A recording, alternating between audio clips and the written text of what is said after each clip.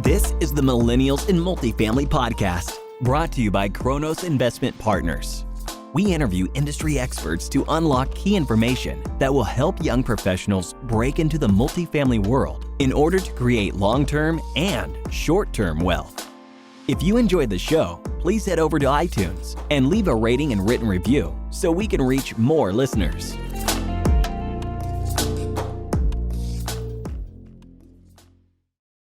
Thank you for joining us on today's episode of the Millennials and Multifamily podcast.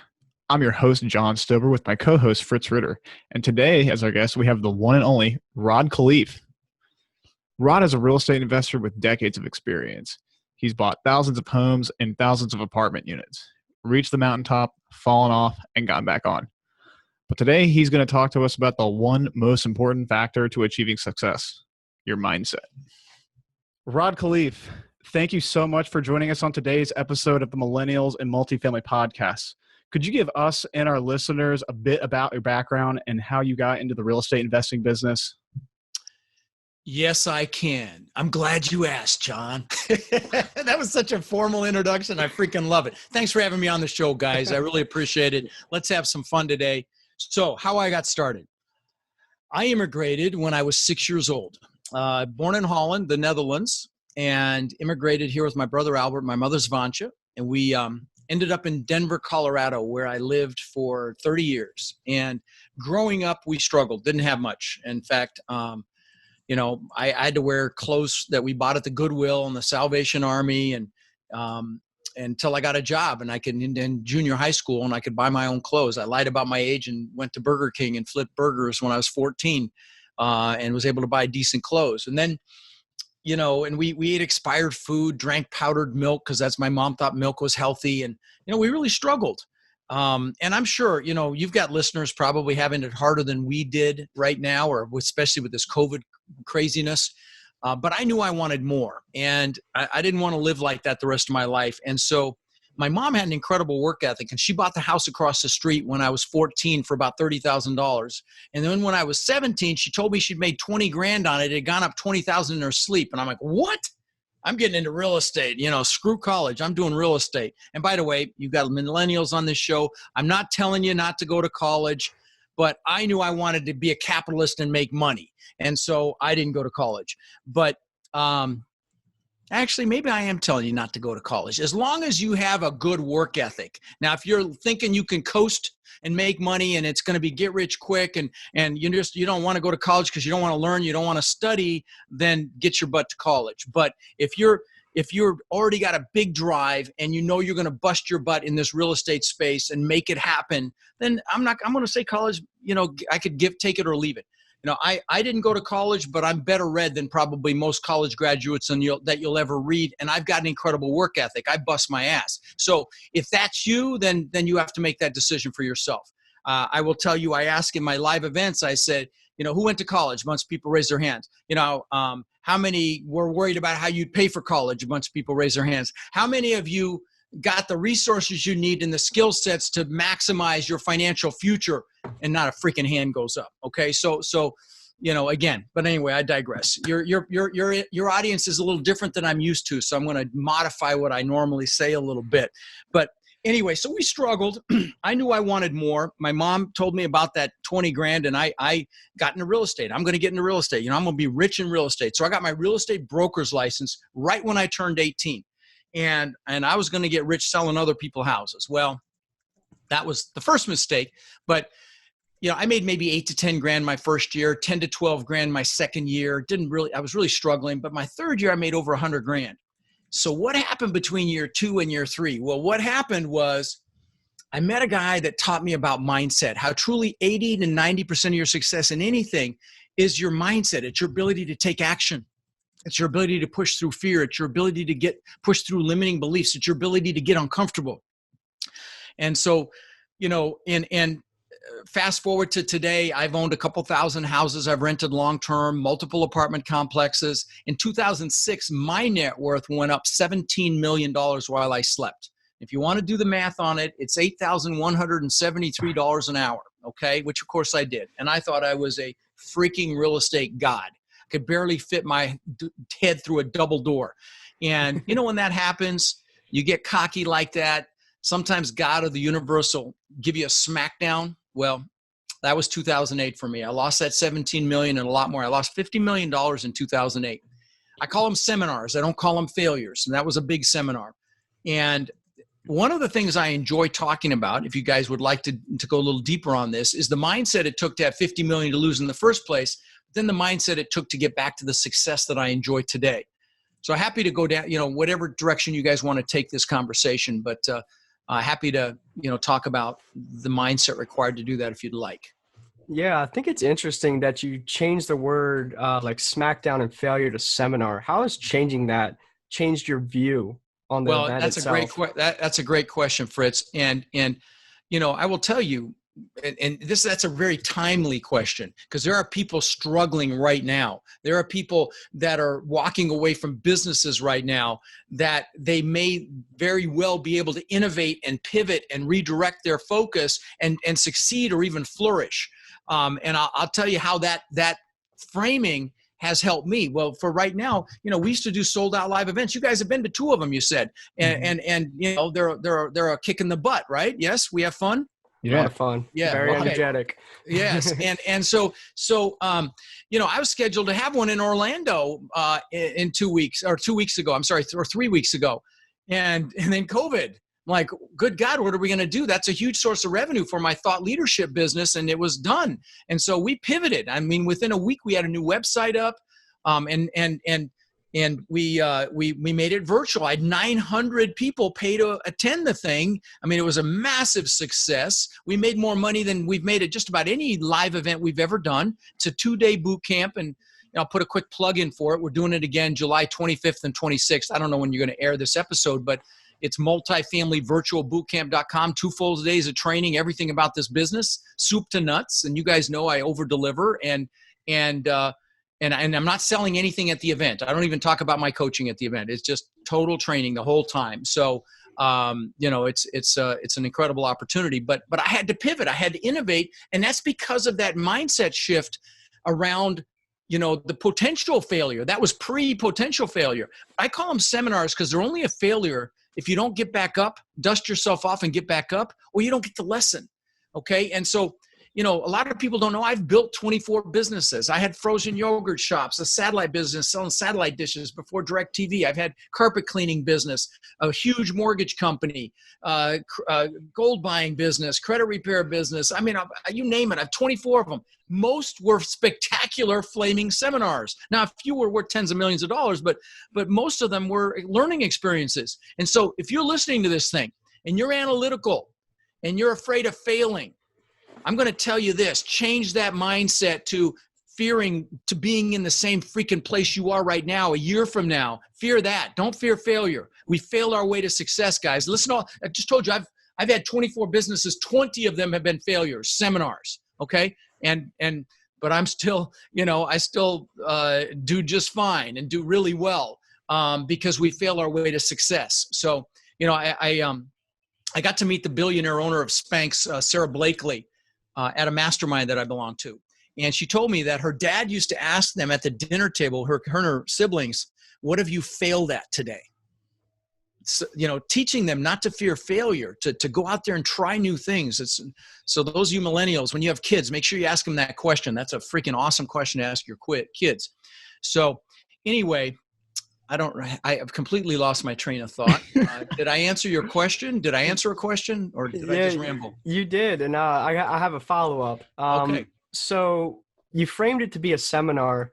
Mm-hmm. Now, most seminars might be very small. $50 million seminar is quite big. How did you wrap your head around getting back from that one? Yeah, well, it is a big one, and I've had other big ones, but that was my biggest. And again, I don't look at them as failures. I was just on another interview, and I was talking about the incredible opportunities that are coming in because of COVID. And this woman keep wanting to go back to, oh my God, so many people are suffering and businesses are failing. I'm like, yeah, but I don't think about that. I mean, I think about it and I'm compassionate about it, but I don't focus on it because where focus goes, energy flows. So I want to focus on the positive. And that's why, when we like couldn't have a live event, we had 300 people that had already paid. We're like, what the hell are we going to do? I'm like, okay, put on our thinking caps. Let's figure this out. And I converted one of the buildings in my compound here to a video studio, and boom, within a week, we're back up to the races. And now we're discovering it may be a better business model than the live events. So that's what's possible when you focus on what you want, not what you don't want. But yes, losing $50 million was extremely painful. I thought I was set for life. I had 800 houses. I had multiple apartment complexes. I was at a 30% loan to value.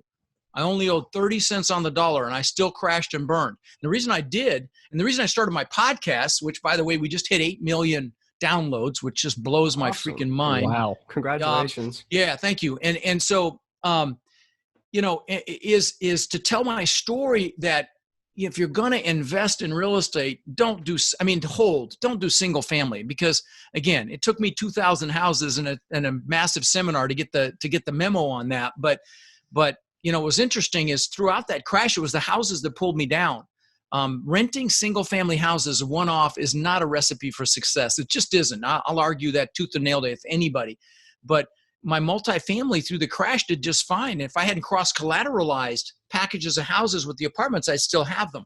And so why did it crash and burn? Let me give you some, because people are always like, you were only owed 30 cents. You still couldn't make it work. Here's why. So my houses were 2 hours north and 2 hours south and everywhere in between. So I had houses all up and down the Gulf Coast of Mexico. And so, and the taxes here, property taxes here in Florida are higher than normal because we have no state income tax. Additionally, I had properties in wind zones and flood zones, and that insurance impacts, it's very expensive. So all this stuff impacts cash flow. But the biggest thing was, if I had to send a maintenance guy to one of my houses, say in, an hour and a half from here, and he'd have to drive up.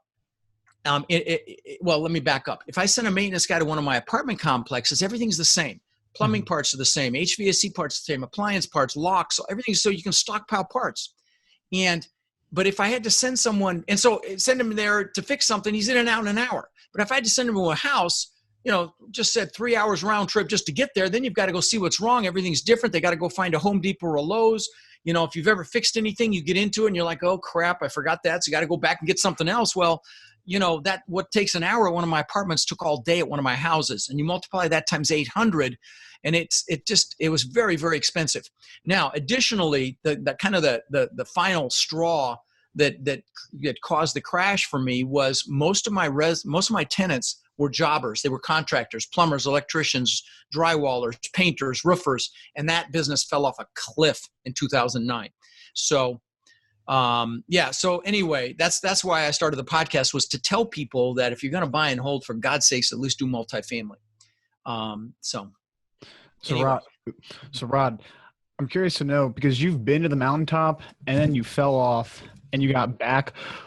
What is different in your mind when you're trying to reach the mountaintop for the first time than when you've fallen off? Let me take that, if you don't mind. Let me tell them about something you guys have already experienced twice, which is my goal setting workshop on steroids. Let me explain that, because guys, those of you listening, the only way you get anything is if you know what the heck it is, okay? With clarity and measurable, and really know why you must have it.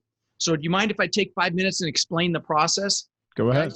Okay. All right. Oh, yeah. So what you guys, if you're listening, if you can take some notes, do that. What you want to do is pick an hour when you've got a lot of time and a lot of energy. Okay. Make sure you're well hydrated. In fact, on that note, make sure you're well hydrated, and sit down and write down everything you could ever possibly want in life. All the stuff, the houses, the cars, the boats, the jet skis, the planes, everything. Take the lid off your brain and imagine if you write it down, you're going to get it, okay? Which is not outside the realm of reality. And here's why. Because just the simple act of writing, and I'm sure if you're listening to these guys, you've already written your goals down, but do this process. It takes it to a whole nother level. Write down all the stuff. But what that does, when you do that and you associate with your goals regularly, it triggers something called your reticular activating system, which is that filter in your brain that filters out what it thinks is most important for you to focus on. It's subconscious. It's not conscious. The greatest example of this at play is when you first buy a car. You don't really notice them that much up to that point. Then you buy one, you see them everywhere. they were there before, but your brain is now focused on what it thinks is important to you. Same thing happens with your goals. But I will tell you, take the lid off your brain and don't limit yourself, because you're only limited by your own thoughts. So write down, if it's big stuff, cars, yachts, planes, jets, private islands, write it down. Don't limit yourself. And then write down how much money you want in income from your real estate in, say, a few years, and say in 10 years. Write down how much cash you want in the bank in a few years, and again, how much cash you want in 10 years.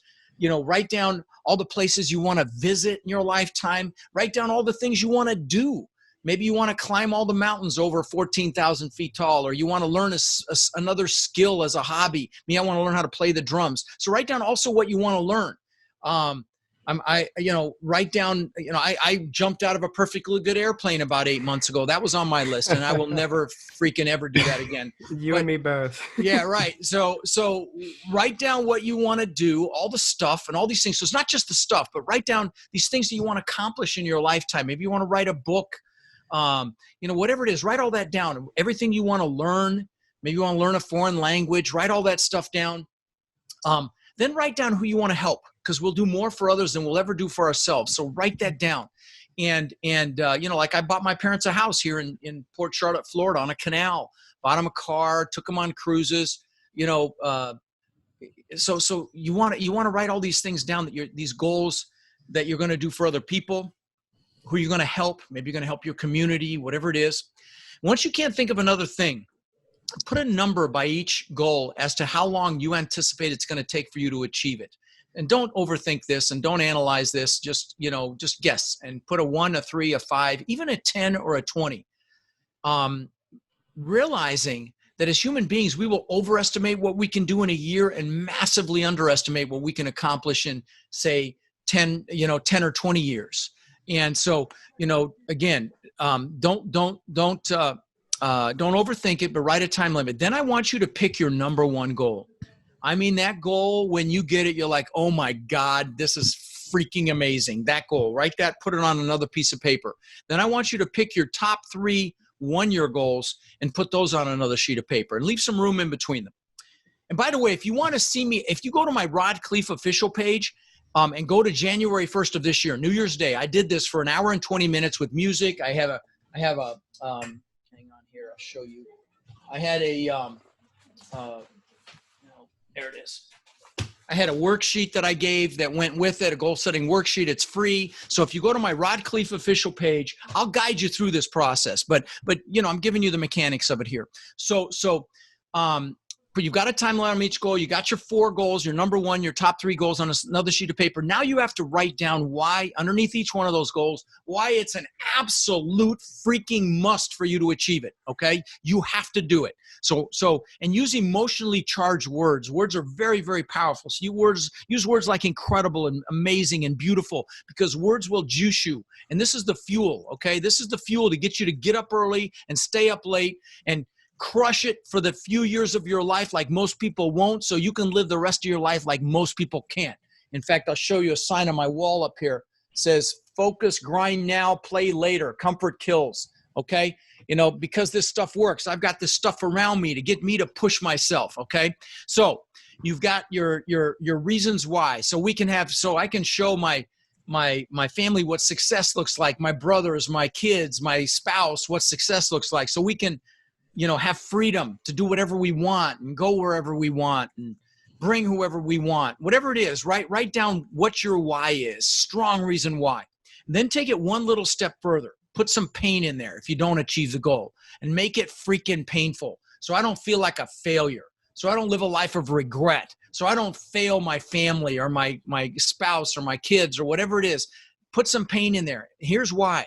Because as human beings, we'll do more to avoid pain than gain pleasure. And you want to use this as the fuel, okay? So once you got your positive and negative reasons why, there's one more piece. Get pictures, okay? Show you guys here. I've got vision boards behind me here that I look at. There's my travel vision board. I got vision boards for every part of my life. I'll give you some great examples of people using visuals and to manifest what they want in life or making declarations. One is Jim Carrey. When he was flat broke, wrote himself a check for $10 million. Flat broke. He used to go up by the Hollywood sign. He'd look at it, visualize cashing it. And that's how much money he made for Dumb and Dumber. I used to have $100,000 written on a sign put above my bed. And this is decades ago, and I've eclipsed that, 100 times over. But the point is, this stuff works. I'll give you another great example, more recent. Demi Lovato, when she was nothing, 10 years ago, declared on social media she was going to sing in the Super Bowl. She sang in this last Super Bowl. Okay, there's another example. I'll give you some more personal ones. You guys have heard this a dozen times, but I'll give you some car examples for me. When I was 18, I had this Ford four-door Granada piece of you-know-what, bench seat in the front, ugliest piece of crap you ever saw. I figured you had to have a four-door car to show people houses.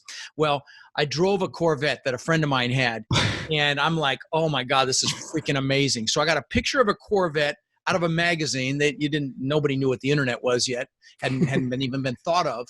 And I got a picture of that Corvette, put it on the visor of my Granada. Within a year or two, I had a beautiful Corvette. Couple more examples. Please know I'm not bragging because this crap doesn't interest me anymore. But I'm the guy. Well, back then I was watching this TV show called Magnum PI. It's before you guys were even born, and it was a actor's name was Tom Selleck, and he drove this awesome Ferrari 308. And I thought that was the coolest thing I'd ever seen. So I got a picture of that actual car and put it on the visor of my Corvette. Within a year or two, I had a Maserati look just like it. Last example. I always wanted a Lamborghini. I had posters in my room growing up, and it was the Countach back then. And and I ended up getting one, which I wrecked. But the point is, pictures work, guys. And so get them. In fact, I'll show you something here. You guys have seen this. This is my planner. Okay, this is on today. And in the back of this thing are pictures that have been in here for 20 years. I'm not exaggerating. First pictures are my gratitude pictures. Guys, everything starts from gratitude. So these are my kids when they were very young. Then I've got houses that I wanted. And I built this $8 million, 10,000 square foot house on the beach. I lived in Denver. I knew I wanted to live on the beach, and I ended up building this beautiful house on the beach. And it was unthinkable when I was 18. But again, that's why I want you to take your lid off your brain when you're doing your goals. But it looked just like this top picture. The glass, even the travertine floors are identical. It's before I ever built it. Now, what's really crazy is I lost that house when I lost everything in the craziness back in, and so now I've got this compound. I've got 6 buildings. It's beautiful. I've got a giant main house, 2-bedroom guest house, media building with a theater room, and I put my video studio upstairs. Got a giant exercise room. It's spectacular. And because God's got a sense of humor, I can see my old house across the bay that I lost, that mansion. But look here. You guys can see this. Unfortunately, on iTunes, you can't see it. But see those walls in that lower picture, the white walls back there? See that? Yeah, okay. yeah. This is my compound. Look behind me. Yeah. Is that freaking crazy? The same freaking walls, okay? And then, other stupid crap, like I've got a few $100,000 worth of watches. There's a Lamborghini before I ever bought it, okay? And then, I've got Rolls Royce, Bentley that I got, all because I had pictures. And again, I thought this stuff was important. I don't so much anymore. But hopefully I've inspired you to the power of this. And so, anyway, I'll get off my soapbox. I'm done. So I love it. So Rod, I think that's a great point, though, that, you said humans will do more to avoid pain than seek pleasure. Right. For someone who's successful, and especially maybe someone who's young and just tasting success for the first time, and there's not a lot of pain in their life, how can they manufacture that to help them, well, pain can, disgust is a very powerful leverage. Okay. And sometimes you need to get there to take action. But I would say at a young age, I would focus more on what you want. Okay. Not necessarily what you don't want. I would focus on what you want, get those goals and dreams and really get clarity on them, visualize them, think about them as if you already have them. And then, visualize having them and keep that in the forefront of your mind.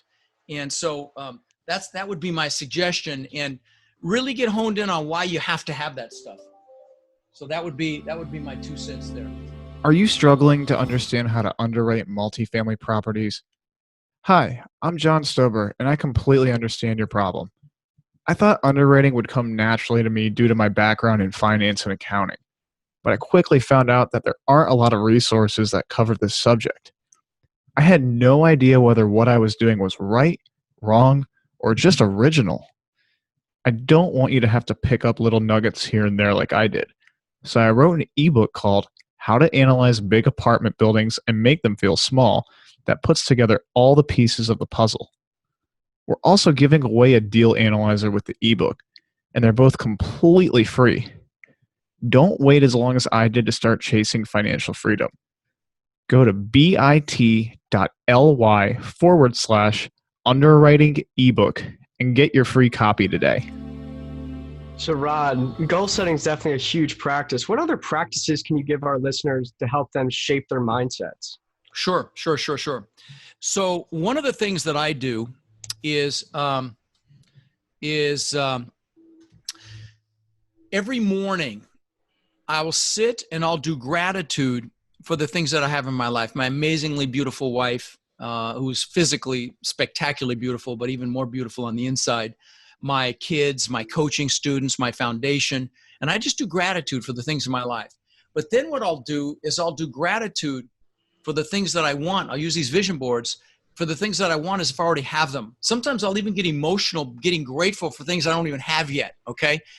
Incredibly powerful, guys. And I know some of you analytical ones are going, oh, well, good God, will he please stop and we can talk about real estate? Well, I'm here to tell you, you know what? I can talk real estate more than you can handle. Just come spend 2 days with me. But this is more freaking important because, you know, if it was just the knowledge, there'd be a bunch of wealthy librarians and college professors. It's the do and it's the keep freaking doing. It's the getting back up when you get your butt kicked. And what causes that to happen is knowing exactly what you want and why you want it. So, yeah, that's really important piece of this.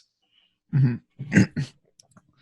So, how can first, I guess this goes back to the whole pain thing.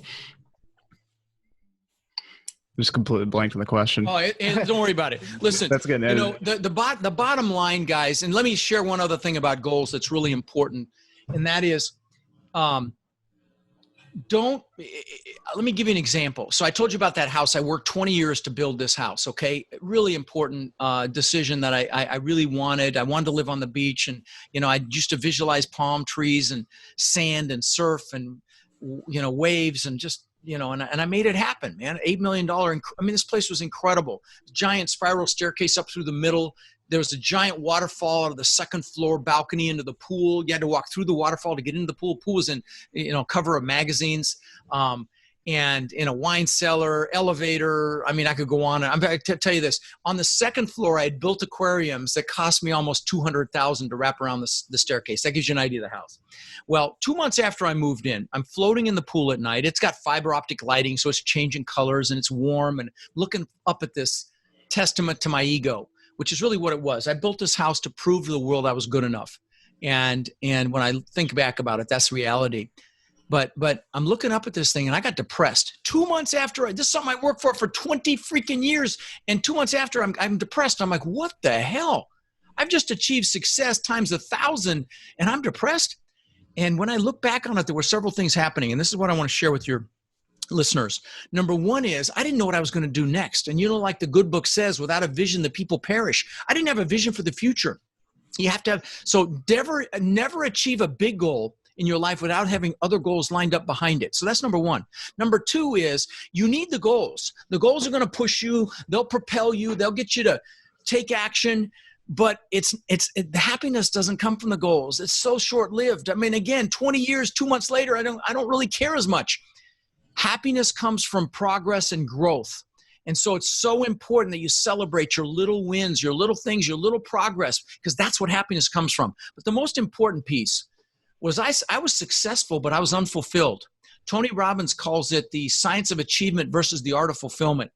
And so, you know, I went and bought a bunch of books to, you know, get myself back, you know, Dale Carnegie, Zig Ziglar back then. And Tony was one of the books. And I went and I'm like, I really like what he's saying here. And I went and saw him live, saw that he fed families for the holidays. I'm like, what a concept. Do something for someone else. I mean, I'm 40 years old and I finally got the freaking memo that life isn't just about Rod. And so I went back and fed some families and had a kind of an amazing experience. And I'm blessed to say in the last 20 years, we've now fed 75,000 children for Christmas and Thanksgiving. I've done Wow. tens of thousands. Yeah, thank you. Tens of thousands of That is backpacks amazing. filled with school supplies to local kids that don't have basic school supplies. Tens of thousands of teddy bears to the local sheriffs and police departments for their officers to keep in their vehicles when they encounter a child that's been traumatized. And that's given me fulfillment. So guys, those of you that are young, that want the financial success, whose ears perked up when I said Lamborghini, I want you to listen really hard. Give back now. Give back immediately. Do not wait till you have the success. Do something to help others right now, because not only will your success come faster, it absolutely will, but it'll come happier. Guys, we don't achieve to be happy. We happily achieve. Okay? Very important play on words. And I will tell you, your success will come quicker if you give back. That's why I know John and Fritz are going to be even more successful than they already are, because you're giving back and you're adding value. And I'm here to tell you that's one of the secrets to success. So don't say, okay, I'll do it when I have the money. No, do it now, even if it hurts. You know, I've had billionaires on my podcast, mega millionaires, and I can tell if they're like I was back then, totally focused on themselves, totally narcissistic. And I feel sorry for them, because yeah, they may have some measure of financial success, but they're not happy because they're totally focused on themselves. They're not focused on making the world a better place. So, you know, please take that to heart, you young ones that are listening to me here right now, because I'm telling you, don't wait till you're 40 to get that memo. That's awesome. That plays right into my next question. This is a little personal, Rod, but what is your why behind all my this? Why? Okay, hang on. I'll show you my why. Hang on here. Let me find an appropriate picture. Okay. Wait, can you see that? That's my why right there. That's my why. Is she freaking just? Yeah, that's my why. That's my Tiffy. In fact, if you it's kind of funny if you put my name in on Google, it auto populates wife, because she's so freaking sexy. Anyway, but and I made the mistake of telling her that, but you know, and anyway, my why is my angel for sure, and I have lots of whys. There's another why. Look at all the hundreds of thank you cards. You can't even see them all behind my green screen here from people whose lives have been impacted. I've only been doing this 2.5 years, and you know, I get love every single day. I mean, I'm so freaking blessed. I literally get a DM, an email, or multiples, handwritten thank you card, incredible gifts, thoughtful gifts every freaking day. And that's my why. And that's why I work 12-hour Sundays sometimes, because it's such a gift to be able to change lives and add value. And guys, if you're listening, if you're thinking about multifamily, for God's sakes, come spend 2 days with me. I promise you'll be glad you did. And for $97, just do it. Text Rod Live to 41411, or go to multifamilyvirtualbootcamp.com. Again, that's Rod Live to 41411 and 41411. Yeah, I mean, you can speak. You guys enjoyed the live events, yes? Can you? Yes, they're they're a lot of fun. Very good. A lot of great people there too. Yeah. Thank you. You always over deliver on the guests. Thank you. And we you know, we've got a networking component inside of Zoom now, and also on Facebook. We've got a closed Facebook group for the attendees, and it's just really, again, and I mean, just those of you watching, are you going to put this on YouTube? Yes, sir. And we'll put the links in the phone number. Yeah, but here's the manual, okay, just to give you an idea. I mean, this is not some little fluffy sales thing. I'm not selling anything, but you also get all of these books that I've written, okay, as part of this. I mean, again, massive over delivery as part of this virtual boot camp, and that's just that's a secret. By the way, that's a secret to success. Those of you listening, you want to be successful, add the most value. Whatever, you know, you can dissect that any way you like, but that's the secret to success. It's a few hundred pages to anyone who's not watching YouTube right now. Yes, it is a few hundred pages. It's a lot. It's drinking through a fire hose, but that's okay. How do you eat a whale? Right? One bite at a time. You just learn this. But guys, get into this freaking business. The opportunity of our lifetime is coming. Okay, it's coming in your lifetime. I will tell you, guys. It may be, it's definitely going to be, in my opinion, as much or worse than 08 and 09. What's coming, this crash. I'm just telling you, it's coming. Just you know, you can, I may be wrong, but I don't think so. I don't think 34 million people can be out of work and not have it massively impact the economy here. So right. Yeah, well, that's right. Because with crisis comes opportunity. That's right. You know, and so, yeah. Anyway. So just There was a lot there, but just a little follow up on that why. And this might be a hard question to answer, so I'm sorry, but for those trying to figure out their why, what advice would you give them? Find out what they're passionate about. Go try things. See what you love. Find what you love to do. And guys, if it's not real estate, if you're listening, it's not real estate, for God's sakes, either learn to love it or go do something else. Now, can you learn to love something? You bet. You can equate it to hunting for buried treasure or whatever spin you want to put on it. But find out what you enjoy doing. I don't care if it's fishing, reading, whatever. Figure out a way to incorporate that into whatever it is you're going to do. Because I can tell you, all of the millionaires that I've interviewed on my podcast, I hope you'll check out my podcast too. It's, if you go on your iPhone and put in real estate, I come up number 1 or 2 every day. It's called Lifetime Cash Flow. And again, we just hit 8 million downloads. So I'm doing great something. Podcast too, by the way. Yeah, thank you. But it's great because I love it. And that comes out, the passion comes out. And so, find what it is you love and do that. And then work is play.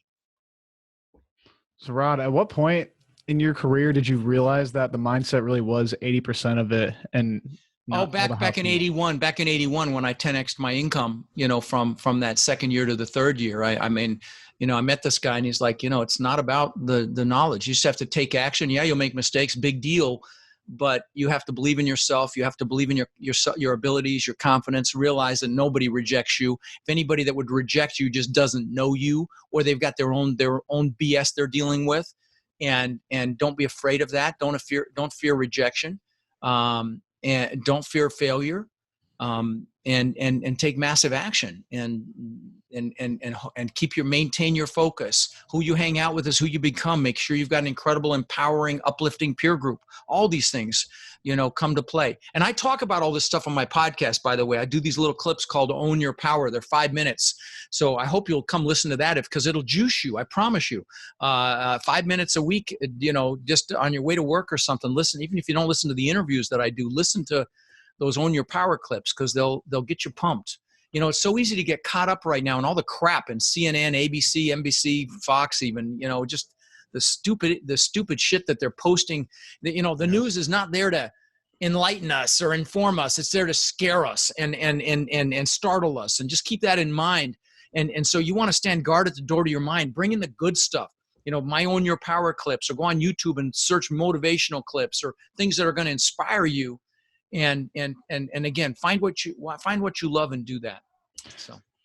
So for the analytical people out there, though, how do you balance taking massive action and not being afraid to make a mistake? Yes, absolutely. You know what? Listen to my episode. I just interviewed 3 guys in their 20s. I should have called them millennials, but I think I called it multifamily young rock stars or something. 3 guys in their 20s, 70 million in assets between them. Okay, every one of them was a partnership of an analytical person with an outgoing person. So if you're analytical, go find that outgoing person and partner up with them, and you'll freaking crush it. I just interviewed Jacob Blackett and his partner Sterling White. Jacob is analytical as can be. Sterling is like extrovert on steroids. They didn't have a unit when I met them. They now have 1,221 doors. That episode's going live on Monday. So again, if you're weak in something, hire, align, or partner for what it is you're weak in, and play to your strengths. Analytics is critical in this business. I have a partner, Robert. He's a CPA. I lock him in a room with a spreadsheet, throw raw meat in once a week, and he does what he loves. Okay. So, focus on your strengths and again, find someone else for your weaknesses. So besides being analytical and outgoing, what other strengths are needed in this business? Well, anybody that gets in this business must become a leader. So I would recommend that you read leadership books. John Maxwell's got a bunch of great ones.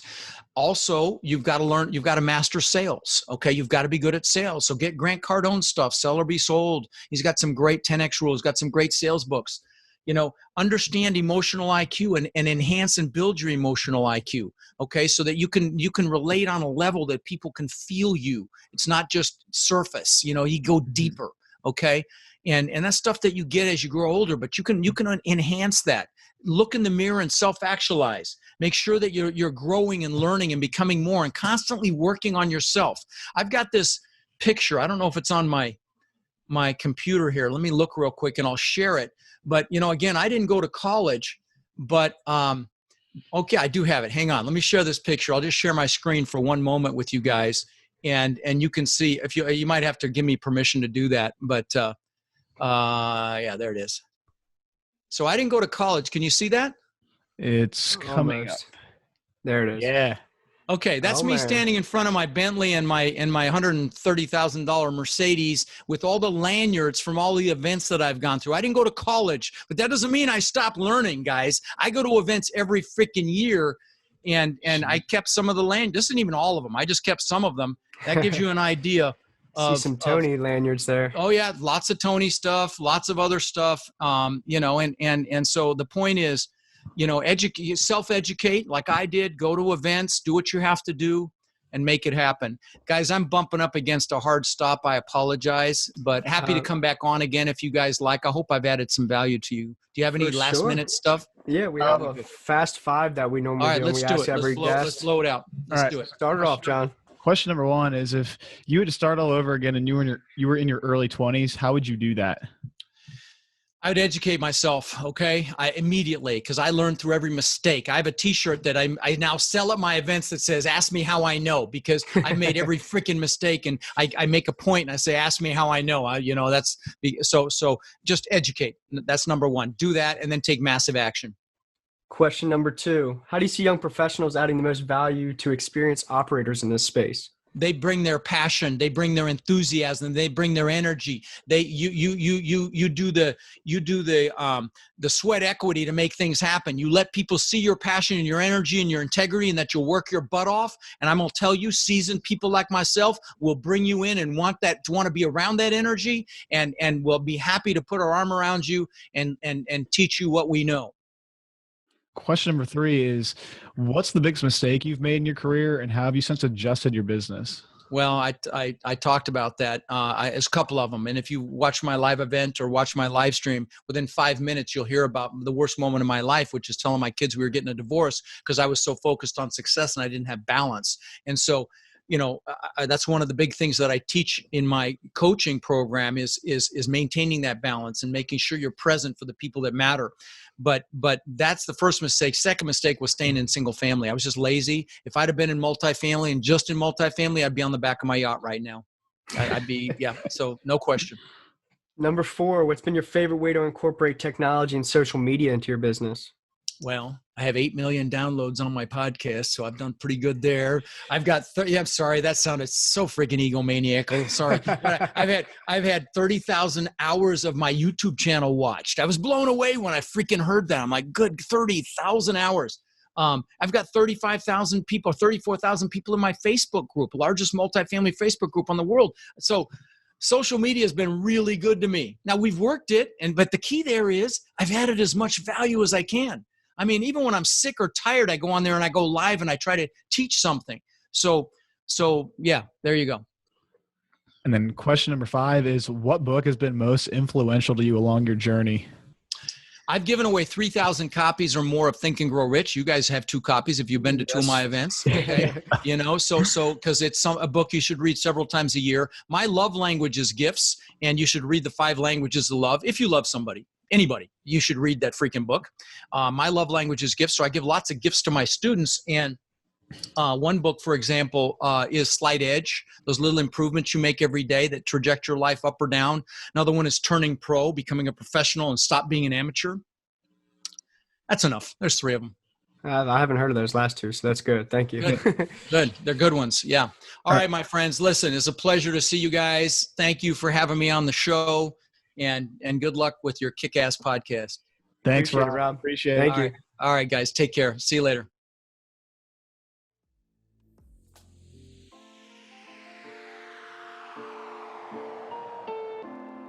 Thank you for listening to the Millennials in Multifamily podcast, brought to you by Kronos Investment Partners.